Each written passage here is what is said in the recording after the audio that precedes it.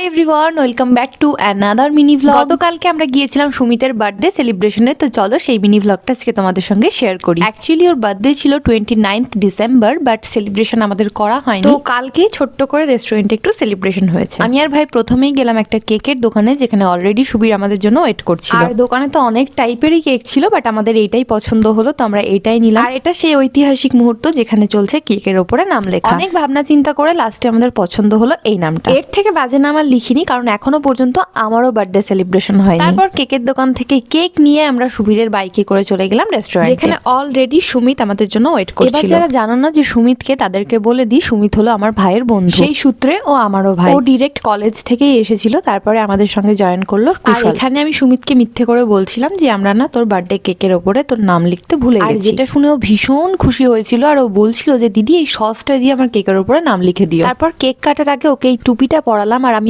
প্রথম দেখলাম কোনো নাখরা ছাড়া কেউ টুপিটা এত চুপচাপ ভাবে পরে নিল। একটুর জন্য তো কুশালোকে বলেই দিচ্ছিল যে আমরা কেকের উপরে কি নাম লিখে এনেছি। তারপর কেকটাকে রেডি করে সুমিতের সামনে দিয়ে দিলাম, আর তোমরা দেখতেই পাচ্ছ যে ভাই ওর চোখটাকে বন্ধ করেছিল। তারপর চোখ খোলার পরে ও সত্যিই ভেবেছিল যে আমরা হয়তো ওর কোনো নামই কেকের উপরে লিখিনি। যেই মোমেন্টে ও রিয়েলাইজ করলো যে কেকের উপরে ওর নাম লেখা আছে, ও তো প্রচুর হেসেছিল। তারপর সুমিতের সিঙ্গেল কয়েকটা ফটো তুলে দিয়ে আমরা সকলে ওর সঙ্গে একটা করে ফটো তুলে নিলাম। ফাইনালি তারপর শুরু হলো কেক কাটিং।